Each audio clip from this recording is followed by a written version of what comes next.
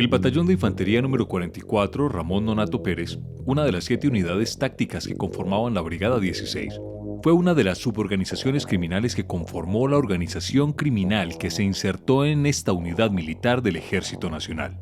La principal tarea de este batallón era la protección de la infraestructura petrolera en los municipios de Chámeza, Recetor, Tauramena, Villanueva, Monterrey, Maní, Agua Azul y Sabana Larga, en Casanare, y otros municipios del vecino departamento de Boyacá.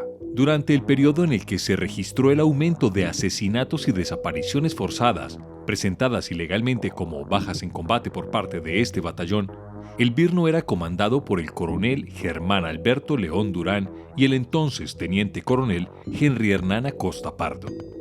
En respuesta a las constantes presiones por cuotas que emitían los altos mandos militares, los incentivos que brindaban por la prestación de bajas, el despliegue de prácticas de señalamiento, persecución y asesinato de personas que eran vistas como indeseables y la voluntad de sus integrantes de participar de la estructura criminal, el Birno se convirtió en una de las unidades de la Brigada 16 y del Ejército Nacional que más bajas en combate presentó.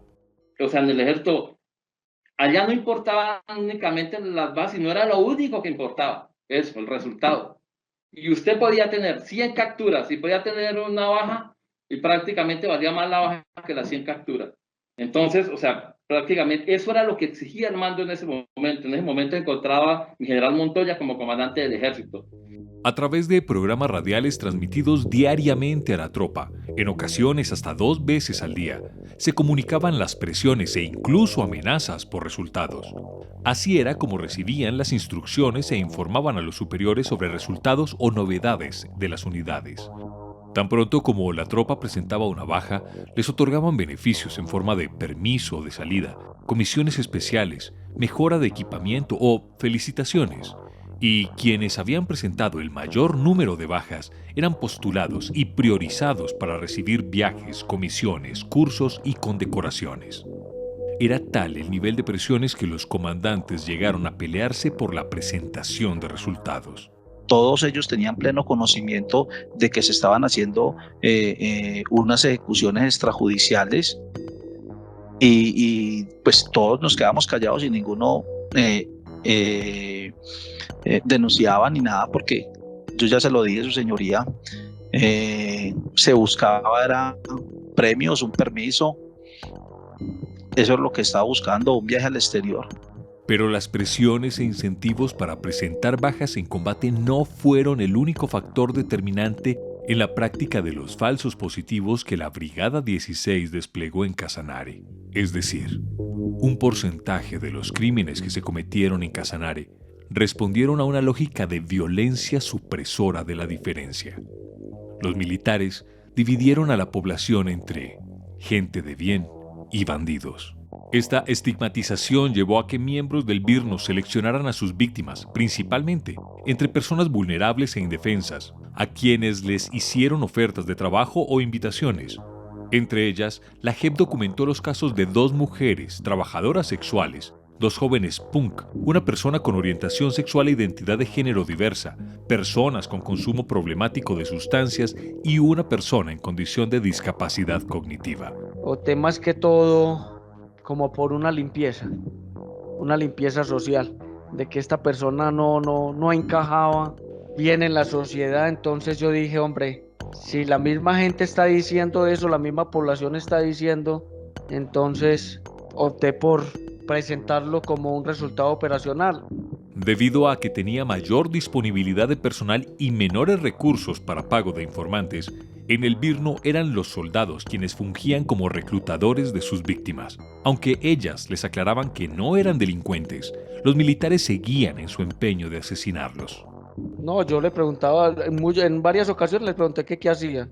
Muchas veces me respondían que ellos trabajaban en el campo, otros me dijo que eran mecánicos. Pues de todas maneras, no le prestaba como mucha atención a eso, sino que yo iba era ya a recogerlos, doctora, porque ese era el que teníamos que presentar como una baja. Las evidencias recogidas por la JEP demuestran que algunas de estas víctimas del Birno fueron objeto de tortura y tratos crueles antes de ser asesinadas. En sus cuerpos quedaron huellas de una extrema violencia y sevicia que se ejerció contra ellas. Ese, por ejemplo, es el caso de los jóvenes artesanos Andrés Fabián Garzón Lozano y Kemel Mauricio Arteaga Cuartas, quienes fueron embriagados, puestos en situación de indefensión para luego ser trasladados a donde serían asesinados. Yo le pregunté al juez, le dije, bueno, ¿y por qué los mataron? ¿Por qué lo mataron? Por extorsionista. Extorsionista. Tenía un revólver en la mano y una granada en el bolsillo del pantalón. Le dije, ¿extorsionista? Pues mi hermano era hippie. Le dije, ¿cómo así que los mataron en Maní? En una zona rural de Maní, ¿dónde queda? ¿Qué es esto? O sea, era lo que yo te decía, o sea, todo estaba dispuesto para que creyéramos algo. Era evidente el montaje, era evidente la puesta en escena, era evidente el engaño para lograr algo. Pero todavía hasta ese momento no se había dimensionado en el país el tema de las ejecuciones extrajudiciales y desapariciones forzadas, mal llamadas falso positivo. Es una tragedia, está uno metido en una tragedia que nunca se imaginó, de una crueldad inconmensurable. Otro caso ilustrativo documentado por la Sala de Reconocimiento es el asesinato de José Rubiel Llanos, un joven con orientación sexual diversa.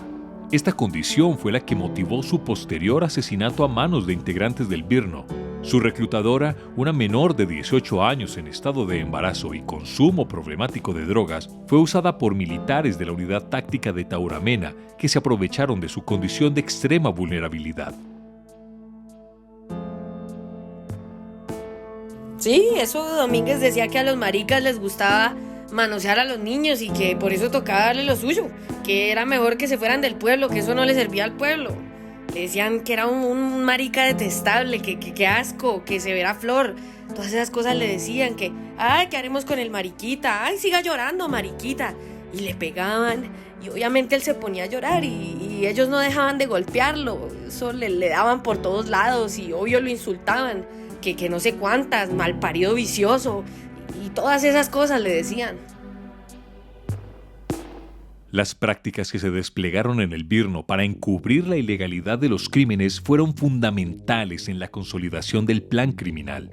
Así, los asesinatos se desarrollaron en el marco de falsas misiones tácticas fragmentarias. La flexibilidad con la que podían elaborar los documentos de las operaciones les permitió adaptarlos a la frecuencia con la que ocurrían los asesinatos. Pues no se encontraban orden de operaciones y tocaba imprimirlas, porque muchas veces quedaban en el sistema, pero no las imprimían, entonces quedaban ahí como pendientes para imprimirlas. Entonces vamos a encontrar en los documentos, vamos a encontrar muchas órdenes de operaciones sin firmas. Precisamente por esto, porque cuando las imprimían ya no estaba el comandante, el jefe de operaciones.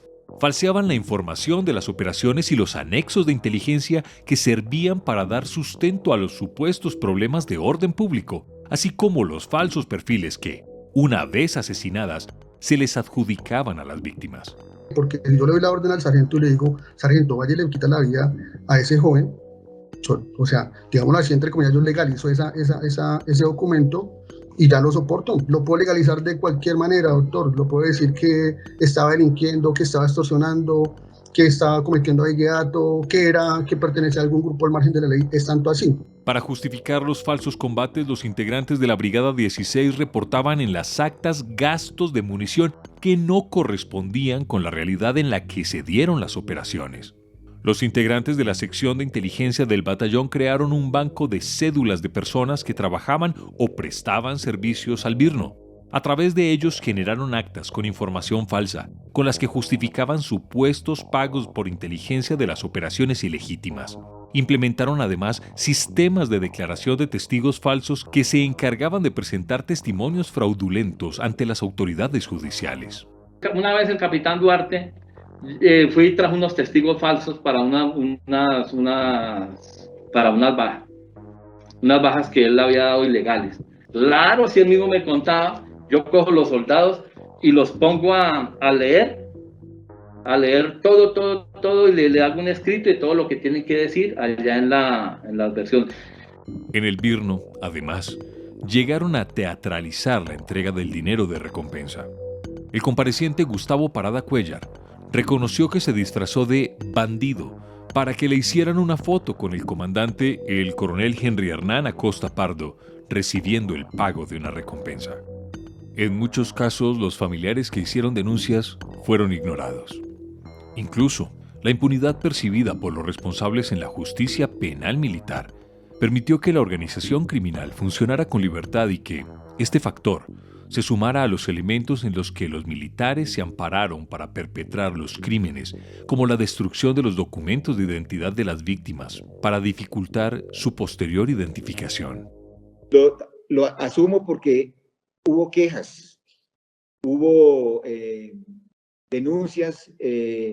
Recuerdo que en alguna época llegó alguna denuncia del defensor del pueblo de Yopal, en donde manifestaban que se había cometido alguna acción ilegítima, que pues verificáramos a ver qué estaba pasando, porque habían rumores, habían denuncias. Yo he asumido eso como parte de mi responsabilidad, señor magistrado, porque esas quejas no se les dio, yo no les di una importancia, no les di la importancia que debía darles a esas quejas. Me cegué convencido de que tenía una brigada exitosa y que todas esas quejas obedecían era a una guerra jurídica. Las versiones de otros comparecientes ante la JEP, sin embargo, indican que era muy difícil que los altos mandos no tuvieran conocimiento de estos hechos. En realidad, la impresión que quedaba entre los uniformados es que todos sabían lo que en realidad ocurría. Y me dijo, no, yo no les cuento porque me tratan de sapo. Pero lo único que sé es que están dando bajas mal hechas. Esas fueron las palabras de él, mal hechas. Yo sabía lo que estaba pasando, pero nadie me había dicho nada. A partir de ese momento es que yo me entero realmente de que las cosas estaban sucediendo en el batallón.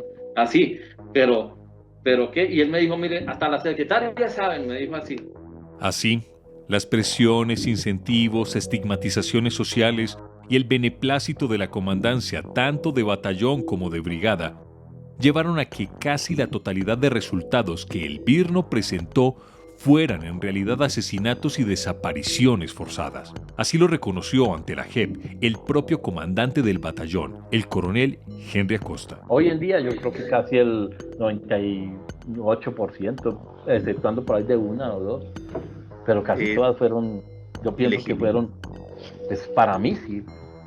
La magnitud del daño causado sobre la población, con ese nivel de persecución, estigmatización y violencia, se convirtió en una masacre contra el pueblo casanareño, como lo afirmó el compareciente Jorge Edwin Gordillo, exintegrante del BIRNO. Ninguna baja de ese batallón fueron bajas reales. Las bajas reales fueron muchos años atrás. Ahí lo que se hizo fue, perdón la palabra, una masacre ante el pueblo casanareño. Así es, una masacre.